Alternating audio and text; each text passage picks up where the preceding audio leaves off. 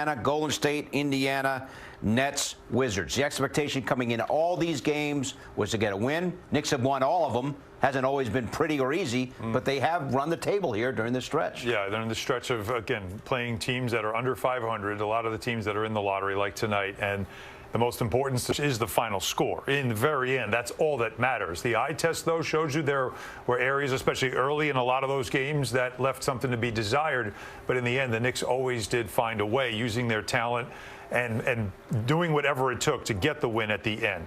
This was one of those, felt like the beginning was the right message, was the right response at the very beginning. Give credit to an undermanned Wizards team. They shot the three well. They competed hard. But the Knicks had way more talent in the second half. They showed that by dominating in the paint. 64 points in the paint, double-doubles by both of their centers. This is what you do when you play a stretch of games like this. You keep stacking wins, and you keep making sure that whatever it is that you need to work on, you keep working on. Because as we know, the schedule is going to get tougher. And then the next couple of weeks, especially when you get to April, it's going to get really tough. And that's when it's go time. All right, so the Knicks, the first quarter has been up and down here late, but tonight they won the first quarter 32-27, and that's what helped them get to the win. Look at them shoot 59% from the floor. They took 32 threes, made 17, so they were on fire tonight. Alan, you mentioned points in the paint, 64-38. That's an insane number. And the rest of the numbers as the Knicks dominate the Wizards tonight. Here now with Josh Hart. Josh, thank you for stopping by. So recently, some struggles at times against teams like this. Not tonight. What was the difference? I think we just continue to play our style. We had some lapses defensively, but for the most part, we were able to get stops and kind of just play our game. 16 points for you. You've missed 3 of the last 5 games with a sore knee. How did you feel, and was there any challenge for you to get acclimated after missing some of the recent games?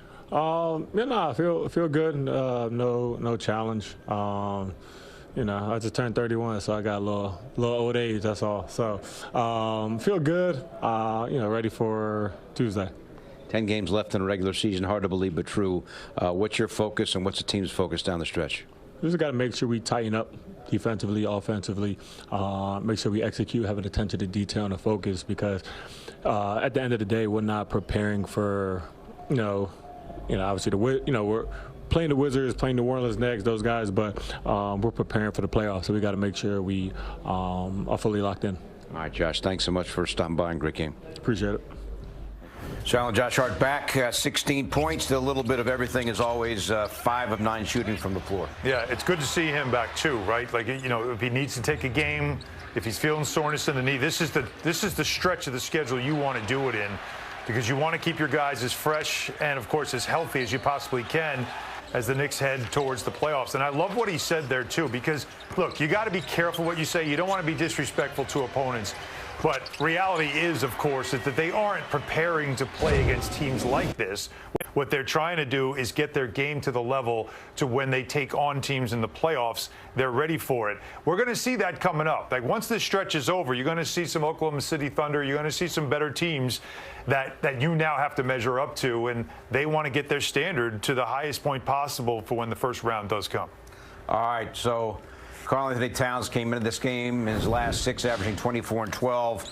And tonight, Allen, he went for 26 and 16. He was fantastic. He's playing great basketball. Breathe like a winner, presented by Blue Air. And Cat is getting it done for sure. There's no question. Again, as I said at halftime, we are seeing games after the All-Star break when he's playing at the level that he plays with physicality, that you say these teams don't have anybody that can guard him.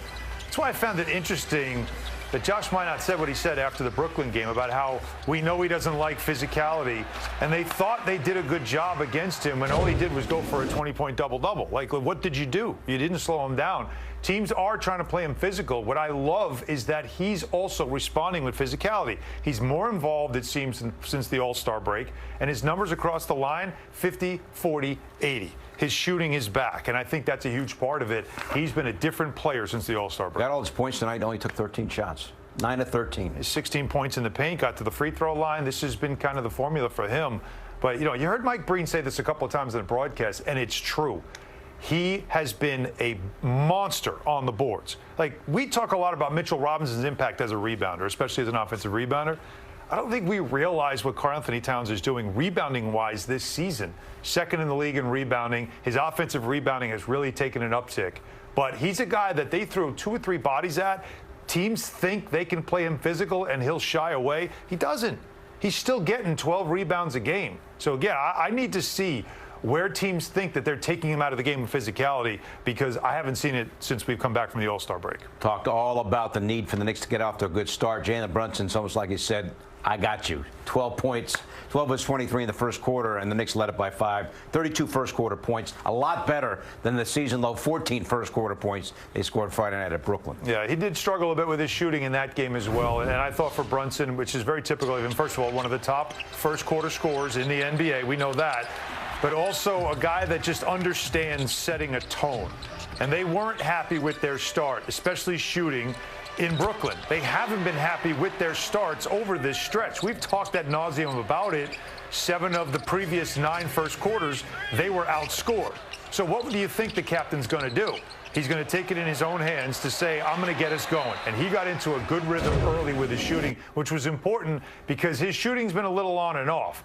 I was concerned when he had the ankle thing, when he started to limp a little bit in the second half because a player landed on his ankle, and you worried right there. But then he did a Euro step from one foot to the other, and a beautiful finish on a Euro step, had the crowd oohing and eyeing, and you thought, okay, the ankle's okay. When he can do something like that, then you can exhale and figure, okay, he's all right. He was able to recover. But he's also another guy that conditioning himself to be ready for the big games that are coming in April. So the Knicks had 4 of their 5 starters in double figures. Interestingly enough, OG Anunoby, who's averaging over 21 per game over his last 8, was the one starter not in double figures with 9. Mikal Bridges played a little bit better tonight with 14. That was important to see, too. Really good balance for the Knicks. Very good balance. And then again, you took 57 points off the bench with that fun show at the end from Tyler Kolek. How about Tyler Kolek? Had almost 60 points today between 2 games this afternoon with the G League team, and then coming here to the Garden to play, put on a Knick uniform, and then, you know, put on a little show there at the end. So Kolek goes for 42 in the G League. Highlights coming up on the 150 and 11 points in about 2 minutes of garbage time. Amazing day and night for him. Most exciting garbage time we've seen in a long time. Let's bring in Monica McNutt. She helped call the game on the radio on ESPN New York. Monica, no stress tonight, huh?